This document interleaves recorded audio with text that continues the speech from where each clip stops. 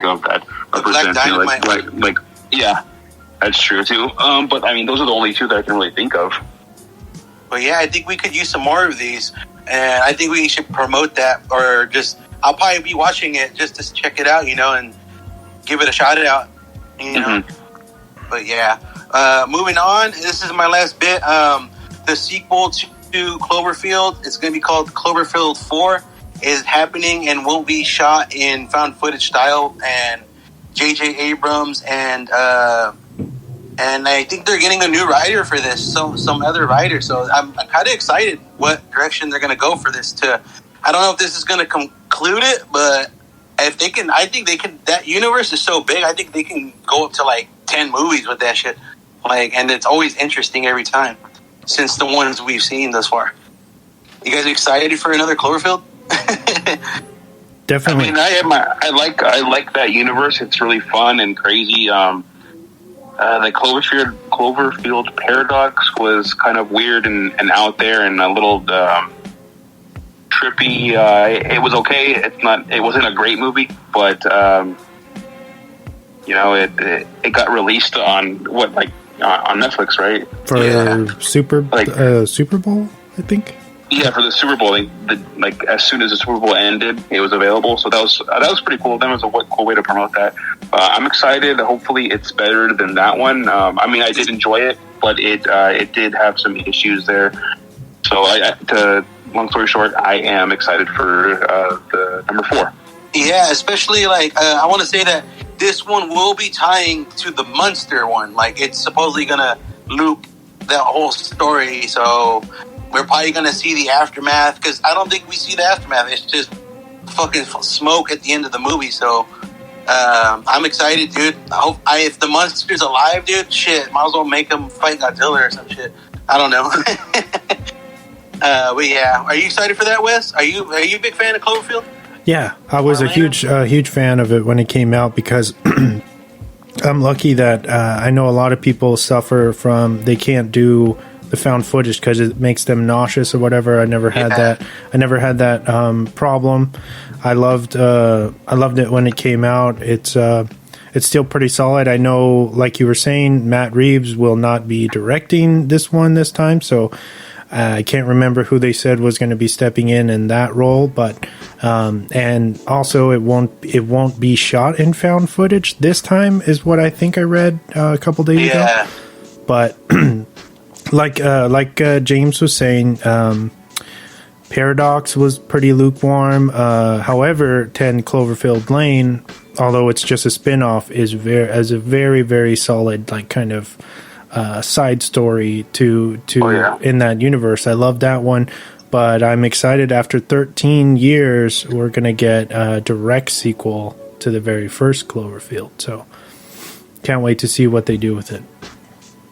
Yeah, me neither, man. That shit, when I first saw it, I just couldn't believe the shit that happened, dude. And in found footage style, too.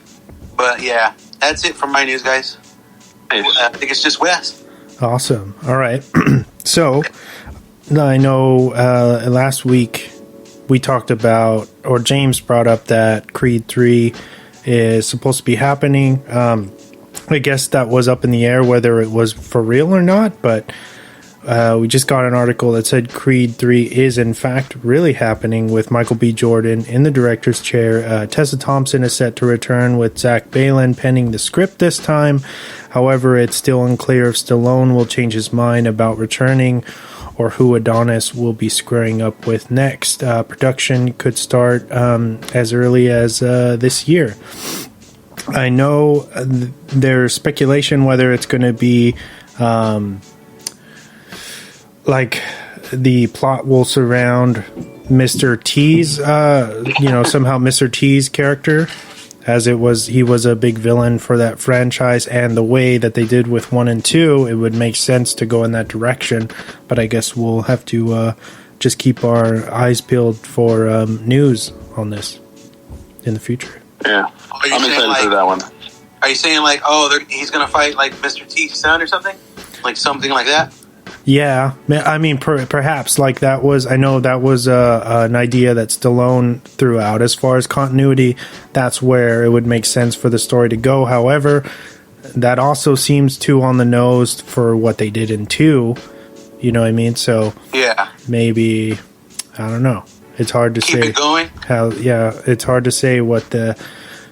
Because that's what I loved about, not to get into the topic too early, but that's what I loved about the first and the second is the way that they switched up the story and they did certain things. It kept it fresh and inventive and not like a recycled, boxing movies. How a lot of these, it's real easy, to fall into, tropes when it comes to like sports dramas, and you want to always, keep it original. So I hope they can do something that we're not expecting is what I'm trying to get at. Keep us guessing. Yes. As much as you can for boxing. Yeah. And then it was a pretty since we already talked about Cloverfield, it was a pretty kind of short news week, at least since last time we talked. So this is the only big one that I thought was worth sharing. So the 55th annual Super Bowl is coming up this Sunday. And with that, we will be getting our first look at M. Night Shyamalan's newest project, which is called Old. Concept details are scarce so far. However, we do know it will surround a body being discovered on a beach and the events that come with that. Also, it's said to be inspired by a French graphic novel called Sandcastle. What are you guys' thoughts on this? Sick. I mean, I'm always excited for anything related to M. Night. I know a lot of his things sometimes aren't too good, or there's a lot of hype around him. I know a lot of people have some issues with The Village. I personally don't. I saw that movie and I was pretty young, so it didn't bother me. The twist didn't really shake me or piss me off like some people claim it did. Oh, I'm one of those people, bruh. But yeah, it's. I mean, I'm not a fan of the Avatar at all, so that was probably the worst mistake of his career. But everything else, I'm a huge fan of, pretty much. But like I said, I know there's a lot of people who aren't his biggest fans. I'm excited for anything that he really does. I'm probably one of the few people who enjoy Signs. I thought you were going to say The Happening. Yeah, The Happening's all right, but I mean, Talking Plants is kind of weird. Killer Plants or whatever, but yeah, I'm excited for it. Anything, like I said, anything M. Night is always fun. At least worth a watch, Right? Yeah. What's he done lately? He did Glass, which was okay. He did Glass, and then he has that. It's a series on Apple Plus. Oh, and The Visit, Apple TV. The Visit a couple years ago as well too, with the grandparents. That one was fun. Mm-hmm. I think that's one I haven't seen yet. Oh, you haven't seen that one? You would probably love it. It's like I'd put it on a par with it's like an adult Goosebumps story, like old school Goosebumps. I remember seeing the trailers and being like, "Oh, this movie looks so creepy." Like, it's the one where their kids are recording their grandparents, right? Mm-hmm. Okay, yeah, that one looks extremely crazy. Definitely up his alley. Yeah. What about you, Tiny? What do you think? Excited for that? Yeah, I'm excited, dude. Yeah. More thrillers. Not an M. Night fan? Man, more thrillers, dude. I mean, I can't complain. You know what I mean? I always love them. I like that feeling of it, watching a thriller. You know what I mean? And M. Night, it's like a flip of a coin. So it's like, is this going to land for me? We never know. Am I going to get heads? You know what I mean? But yeah, I'm excited, bro. More movies because, I mean, we're getting a lot of good stuff this year. So why not bring more? So yeah, definitely. Yeah. So that wraps up news. If you guys want to head into some recommendations. Recos. And now it's time for the weekly recommendations. All right. James, we'll kick it back to you. All right. I got just one for this week. It is a Disney Plus series. I just spoke about it in Porter News. It is WandaVision. Check it out. It is definitely, I think it's an entertaining show. It is very weird. If you watch it, you know what I'm talking about. But it's very awesome. The Easter eggs that they drop in and out of those episodes is so fun. Just to see those and kind of geek out.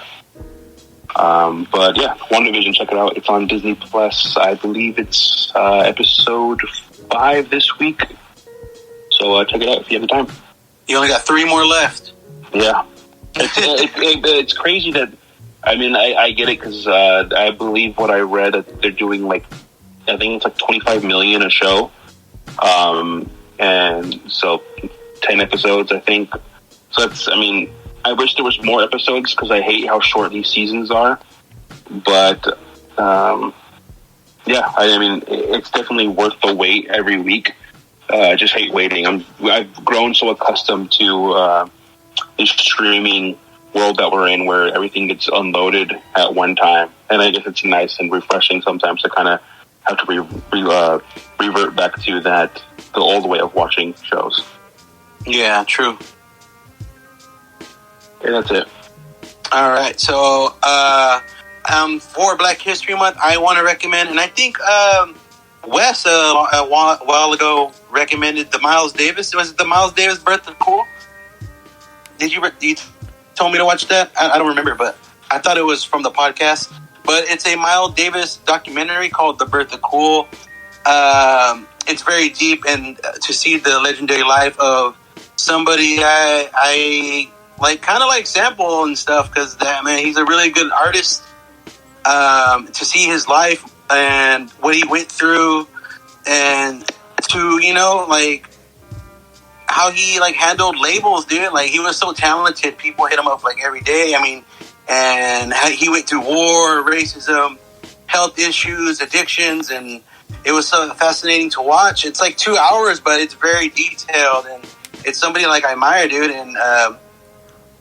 And he also was very innovative in how he had to adapt to when funk was coming around. I mean, that's growing up now and adjusting for hip hoppers, adjusting to trap and shit. It's just it's that. It's crazy to see that flow and different times heading in through 80s and all the Cold War and all that shit. I was just whoa. I think it's a really good watch. I think everyone should watch this. It's very informative, dude, and has a lot of people you'll recognize, dude, in this documentary. The Miles Davis Birth of Cool. Watch that. Nice. And Nice. I got a very underrated show that's going to air tonight at 10 p.m., so I hope I get to watch that. But it's called Resident Alien, dude. It's a very good show. Okay. It's barely on its first episode. Tonight it's second, but the first episode really hooked me, so I can't wait to see this show some more. It's basically, the gist is that an alien crash lands in Colorado's mountains from a thunderstorm, and he basically fucking, I'm gonna spoil a little bit, but so you guys can feel it. He kills a doctor, shapeshifts into him, and he becomes the only guy that is the doctor. So now everyone hits him up, and I think it's very different, dude. And now, because he has a mission to eradicate Earth, and 1 out of 1,000 humans, the one kid in the town could see him in a shape-shifting form. So, yeah, dude, it's different. The comedy, I think it's not over the top, but it just works, dude. And I think the show is very, very brilliant. You guys should check out Resident Alien. If we make it tonight, we could watch it. I think it's on the Sci-Fi Network. So yeah, watch Resident Alien. It's gonna be new, underrated. I think. Hopefully, it stays good. Nice. And that's all I got, guys. Very nice. So this week I have 2. My first one is an Apple original film. It's called Palmer. Stars Justin Timberlake, and it just came out, I think, a couple days ago. I put it on, gave it a chance. I don't think Justin's usually